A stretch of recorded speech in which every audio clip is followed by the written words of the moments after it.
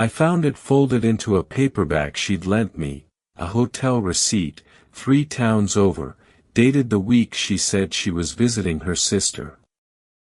I didn't go looking for it. That's the part one keep coming back to.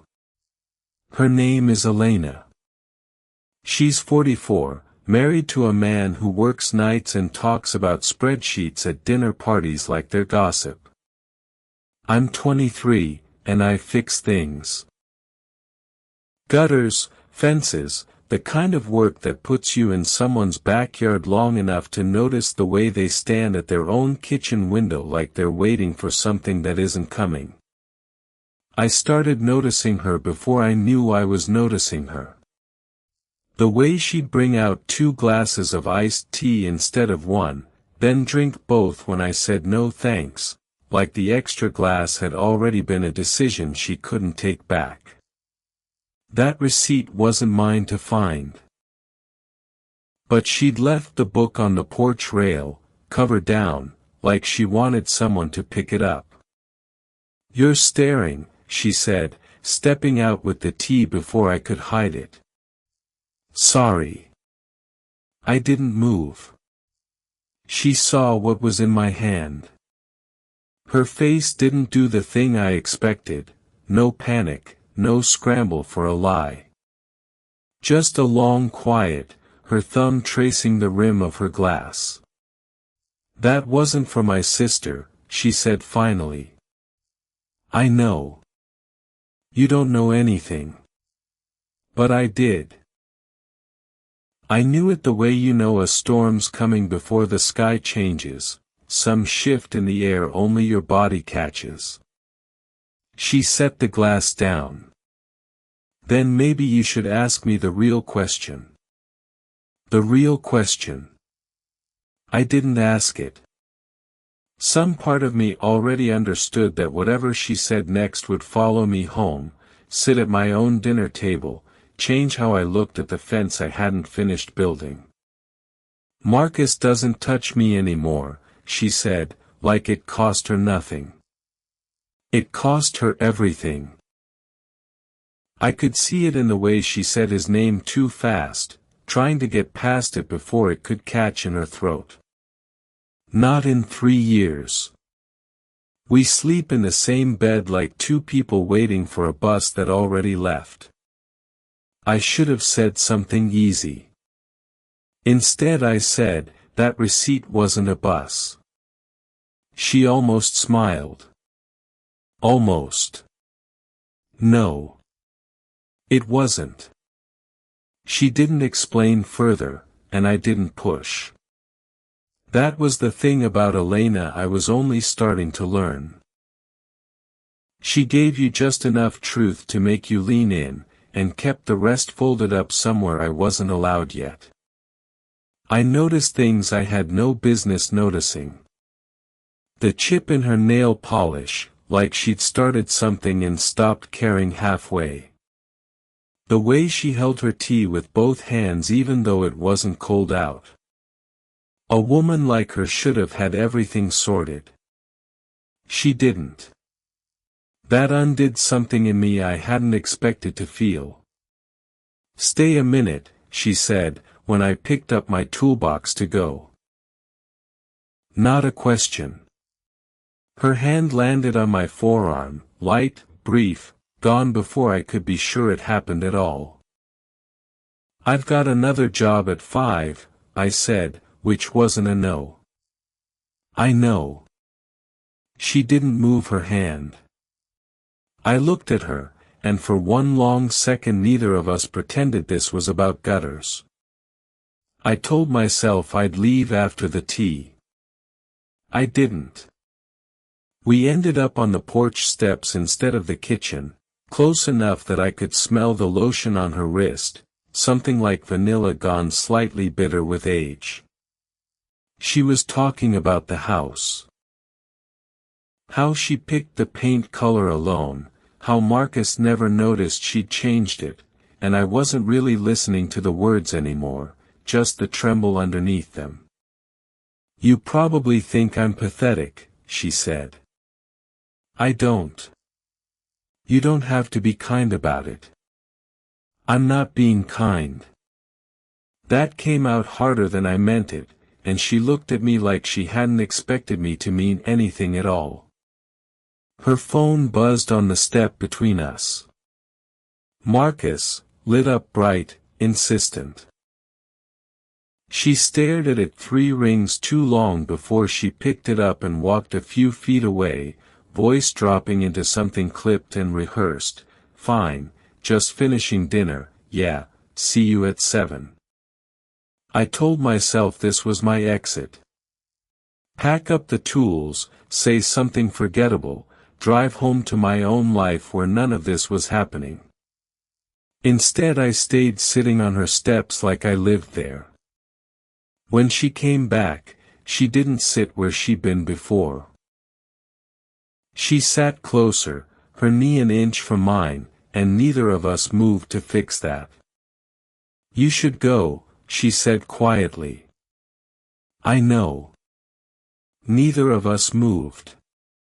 The porch light buzzed once, flickered, and in that half-second of dark her hand found mine on the step, not holding it, just resting there, like she was testing whether I'd pull away. I didn't. Her hand stayed on mine longer than either of us could pretend was accidental. This is stupid, she said, but she didn't move it. Probably. You're 23. I know how old I am. I have a mortgage. A husband. A life that isn't. She stopped, searching for the word, this. Then why is your hand still there? She pulled it back like she'd been burned, and for a second I thought I'd ruined it, said the one true thing that would send me back to my truck and end whatever this was before it became anything. But she didn't get up. She just sat there with her hands in her lap, staring at the porch boards like they might tell her what to do. I'm not a good person right now, she said. I want you to know that before, she didn't finish it. Before what? I don't know. That's the problem. I don't know what I'm doing. Her voice cracked on the last word, and it wasn't performance. I'd seen her rehearse composure on the phone with Marcus 10 minutes ago. This wasn't that. This was real, and it scared her more than it scared me. Elena.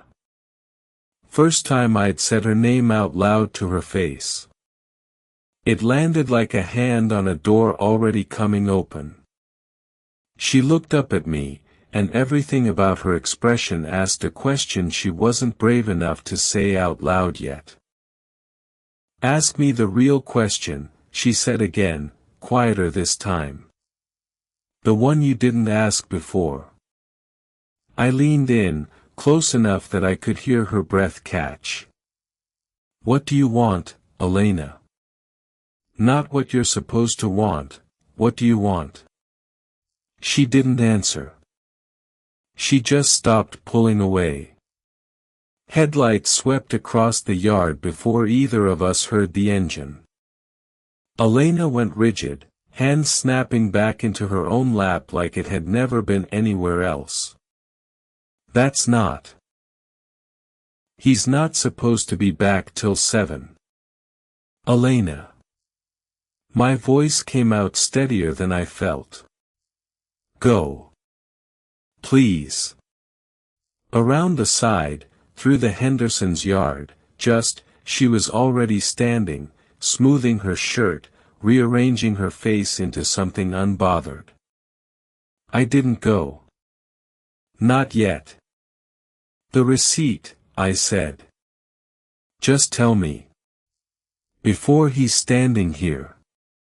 She looked at me like I'd asked her to hand over the last thing she owned. It wasn't a man, she said fast, low. There's no affair, no. I went there alone. Booked a room for 2 nights just to sit in it and figure out if I was going to leave him. I didn't tell anyone. I didn't even unpack. Her eyes were wet now, angry at herself for it. That's the truth you wanted. I've been trying to leave my marriage since March and I don't have the nerve, and you're standing on my porch making that so much harder. The car door shut. Footsteps on gravel. Elena, I started. Go, she said again, but this time it wasn't panic in her voice. It was something closer to pleading, don't make me lose this too. I picked up my toolbox and walked toward the side gate, slow, my heart doing something violent in my chest. At the corner of the house I looked back once. She was standing perfectly still on the porch, watching me go, like she was memorizing the shape of a decision she hadn't made yet. She called me 11 days later. I almost didn't pick up. I'd spent those 11 days telling myself this was over before it started, that I'd done the right thing walking through the Hendersons' yard and not looking back a second time. I left him, she said, no hello, no warm-up. Tuesday. I told him about the hotel, not what you think happened there, just that I'd needed to disappear for 2 days and he hadn't even noticed I was gone until I told him. I sat down on the tailgate of my truck, phone pressed hard to my ear like I could hold on to the sound of her voice. How do you feel? Terrified. Relieved. Both, somehow, at the same time. A pause. I'm not calling because of you. I need you to know that. I did this for me. I know.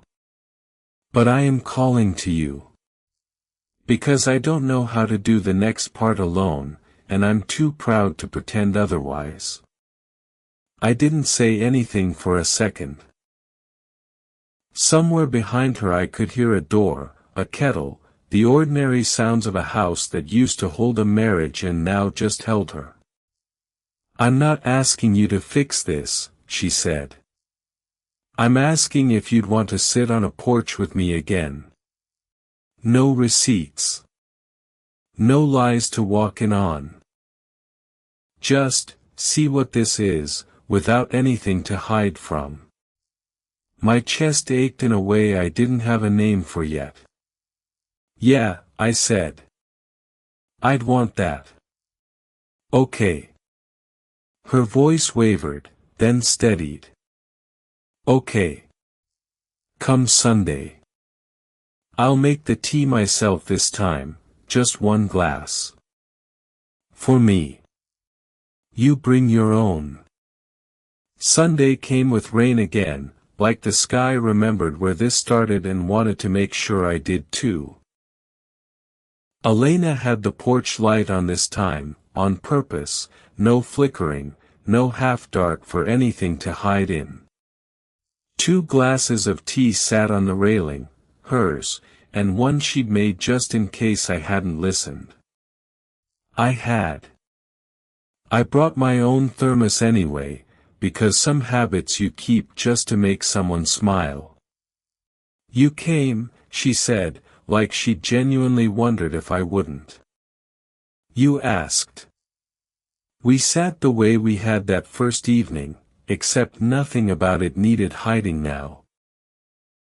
No phone lighting up with a name that meant we had to pull our hands apart, no gravel crunching under headlights that weren't supposed to arrive till 7.